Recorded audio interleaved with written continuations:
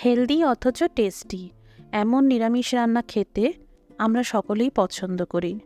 আজকে এমনই একটি রেসিপি শেয়ার করব, পালং ডাল ফ্রাই, পালং শাক দিয়ে ডাল ফ্রাই। যারা ডাল সবজি খেতে খুব একটা পছন্দ করেন না, তারাও চেটেপুটে খাবেন, এতটাই অপূর্ব স্বাদের হয়। নমস্কার, আপনারা দেখছেন মৌয়ের স্বাদের রান্নাবান্না।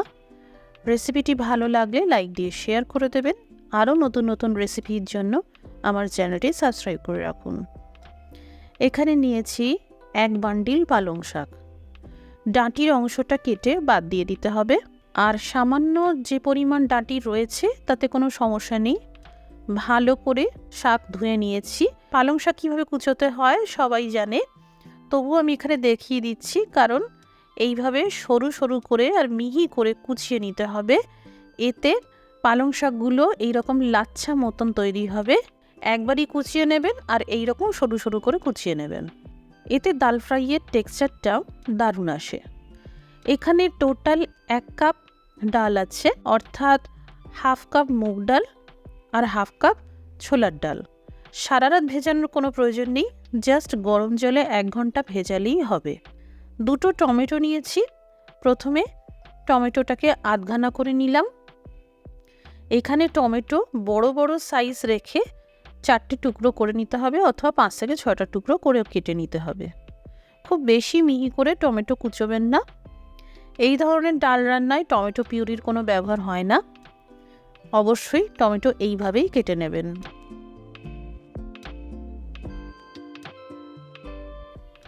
এখানে ডাল সিদ্ধ করার আগে এই 2 রকমের ডালের সাথে আরও কিছু উপকরণ দিতে হবে। প্রথমে এই ভেজানো মুগ ডাল আর ছোলার ডাল প্রেসার কুকারে দিয়ে দিলাম। এরই সাথে দিলাম জলে গুলে নেওয়া 2 চা চামচ আদা বাটা, 2টো কাঁচা লঙ্কা দিয়ে দিলাম, 2টো ছোট এলাচ দিয়ে দিলাম, আপনারা চাইলে বড় এলাচের ব্যবহার করতে পারেন। 2টো লবঙ্গ দিয়ে দিলাম, এখানে ইচ্ছে হলে 1 টুকরো দারচিনির ব্যবহার করতে পারেন। হাফ চা চামচ মতন হলুদ গুঁড়ো দিয়ে দিলাম, একটা তেজপাতা দিয়ে দিলাম, ধনে পাতার ডাঁটিগুলোকে কুচিয়ে নিয়েছি দিয়ে দিলাম, হাফ চা চামচ মতন হিং জলে গুলে রেখেছি দিয়ে দিলাম। এবার এই 2 রকমের ডাল টোটাল করলে যা হয় তার সম পরিমাণে জল দিয়ে সিদ্ধ করতে হবে। যেহেতু এখানে মোট 1 কাপ ডাল আছে, তাই 1 কাপ জল দিয়ে দিলাম। সব ভালো করে মিশিয়ে নিলাম।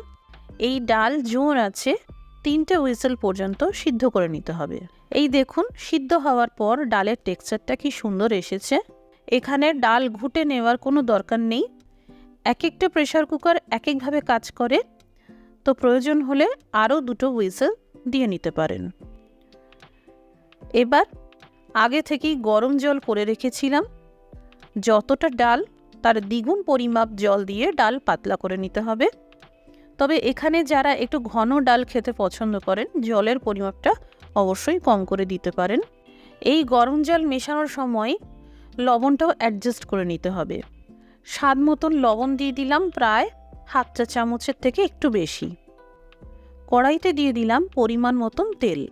এখানে আমি সানফ্লাওয়ার তেলের ব্যবহার করেছি, আপনারা ইচ্ছে হলে যে কোনো তেলের ব্যবহার করতে পারেন। মোটামুটি 1 চা চামচ মতন হবে গোটা জিরে ফোড়ন দিয়ে দিলাম, সেই সাথে 2টো শুকনো আস্ত লঙ্কা দিয়ে দিলাম। আঁচটা মিডিয়ামে রেখে 2 মিনিট এই ফোড়ন ভেজে নিতে হবে। এবার দিয়ে দিলাম কেটে রাখা টমেটো। টমেটো সফট করার জন্য সামান্য লবণ দিয়ে দিলাম। এবার মিডিয়াম আঁচে 1 মিনিট মতন নেড়ে ছেড়ে নেব। আঁচটা কমিয়ে রেখে ঢেকে দিলাম। মাত্র 30 থেকে 40 সেকেন্ডের মধ্যেই টমেটো সফট হয়ে যাবে। এই দেখুন, টমেটোর টুকরোগুলো একদম সফট হয়ে গেছে। এবার খুন্তি দিয়ে সামান্য ম্যাশ করে দিতে হবে আর ভেজে নিতে হবে। টমেটো ভাজা হয়ে গেছে, এবার কুচানো পালং শাকটা দিয়ে দিলাম, সেই সাথে সামান্য লবণ দিয়ে দিলাম। আঁচটা হাই টু মিডিয়াম রেখে বেশ 2-3 মিনিট ভাজতে হবে। ভাজার সময় খেয়াল করবেন পালং শাক থেকে প্রচুর জল রিলিজ হতে থাকবে, কারণ লবণ দেওয়া হয়েছে। তো শাকের জলেই শাক সিদ্ধ হয়ে যাবে আর ভাজাটাও হয়ে যাবে। এবার মিডিয়াম আঁচে ঢেকে রাখলাম মোটামুটি 1-2 মিনিট মতন। শাক ভাজার সাথে সাথে সিদ্ধ হয়ে গেছে। এবার জোর আঁচে আরও 2 মিনিট এই শাক নেড়ে ছেড়ে ভেজে নেব। এতে পালং শাকের টেস্ট যেমন বাড়বে তেমন কাঁচা ভাবটাও থাকবে না। পালং শাক ভাজা হয়ে গেল, এবার এই সিদ্ধ করা ডাল দিয়ে দিলাম আর ভালো করে মিশিয়ে নিলাম। এই তেজপাতাগুলোর আর কোনো দরকার নেই, তাই সরিয়ে দিলাম।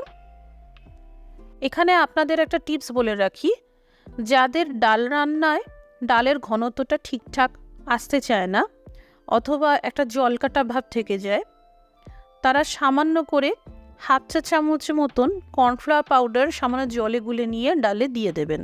2 মিনিট মতন ফুটিয়ে নেবেন। দেখবেন যত পাতলা ডালই হোক কনসিস্টেন্সি একদম রেস্টুরেন্টের মতন তৈরি হবে। এখানে এই ডাল 2-3 মিনিট ফুটিয়ে নিলাম, কারণ আমি কনসিস্টেন্সিটা আরেকটু ঘন করতে চাইছিলাম। ডাল ভালো করে ফুটিয়ে নেওয়ার পর এবার আঁচটা বন্ধ করে দিলাম। এবার রান্নার শেষে হাফ চা চামচ মতন গরম মশলার গুঁড়ো দিয়ে দিলাম আর সামান্য কুচানো ধনেপাতা দিয়ে দিলাম। সেই সাথে টেস্ট বাড়ানোর জন্য একটা বাটারের কিউব দিয়ে দিলাম। এবার ভালো করে এই সব কিছু মিশিয়ে নিতে হবে। একদম শেষে এই মাখন অবশ্যই দেবেন, এতে পালং ডাল খেতে দারুণ লাগে। খুবই কম তেলে রান্না করতে যারা ভালোবাসেন তাদের জন্য একটা পারফেক্ট রেসিপি।